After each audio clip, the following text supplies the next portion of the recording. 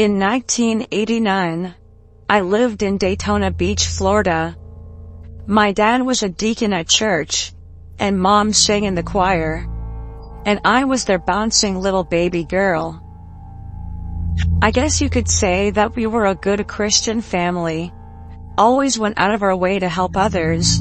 Because of that, my father may very well have lost his life, had I not been with him. One day, while traveling from my grandparents' house in Ormond Beach, over the Granada Bridge, we were stopped as the bridge was being lowered. My father looks over and sees a woman hitchhiking, so he offers her a ride. At first, she's pretty gung-ho about it, but then she sees me in the back seat, and her whole demeanor changes. She refuses, but my dad insisted. So she gets in. We take her over to a bar in downtown, and she thanks my father. He recalls her being a bit strange, really twitchy and nervous. She had nothing but nice things to say about me though, going on about what a pretty baby I was. She told him as she got out of the car that he was lucky to have me with him, and that he should thank God for me. Fast forward some time, and my dad and Mom are watching the news. Suddenly Dad starts wigging out. I picked her up and took her to a bar, he screams at the TV. There on the news was a sketch drawing of the same woman he picked up on the bridge. The anchorman said that her name was Eileen Warnos, and she was wanted for murder. To this day, my father swears that had I not been in the car, he may very well have been killed.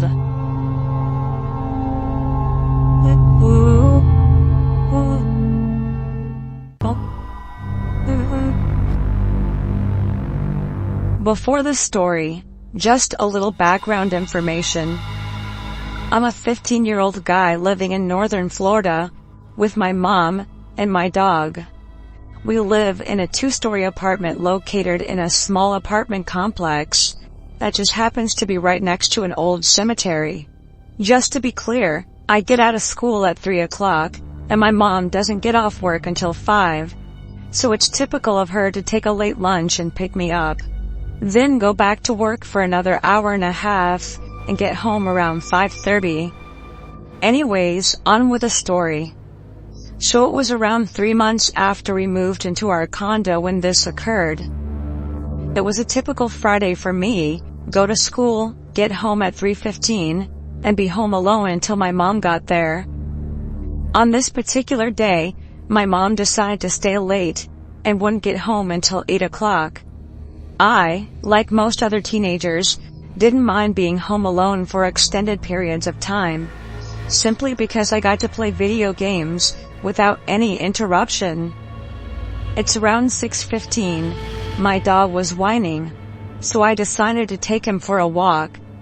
As I walked downstairs, I heard what sounded like someone breathing outside my front door. Not just light breathing. I mean, it sounded like someone had finished running a marathon or something. I turned to investigate, and to my horror, I saw a tall, shirtless man standing with his face pressed directly against the glass. This man had to be at least 6'7", in his mid-50s, and had a lumberjack-style beard, with very large glasses. My kitchen is right next to my front door, so I grabbed the biggest knife I could, and told him to fuck off. He seemed emotionless, and simply walked away.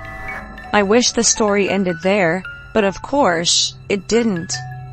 It was now around 7:30, so it was getting dark, and there was no signs of the creepy man, so I decided it was safe to proceed outside.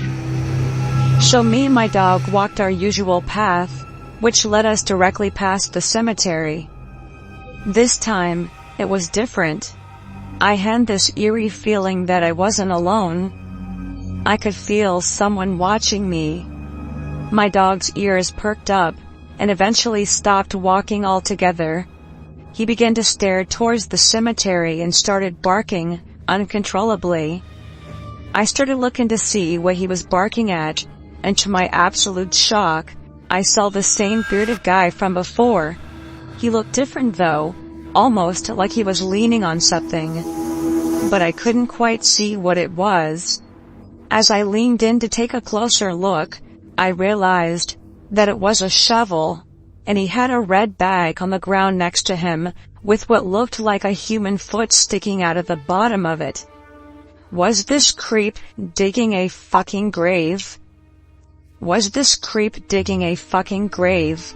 I asked myself. What happened next still sends chills down my spine. He gave me the creepiest smile I've ever seen. Then, he simply picked up his shovel and once again began digging, as if he never saw me. Safe to say, me and my dog got the hell out of there.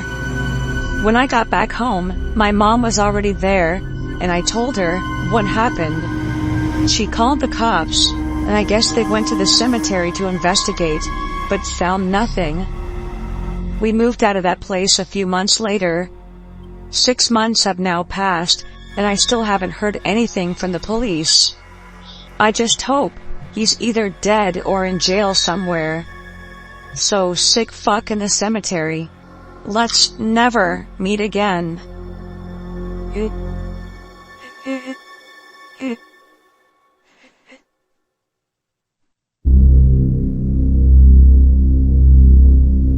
This is a story my uncle told me before he died.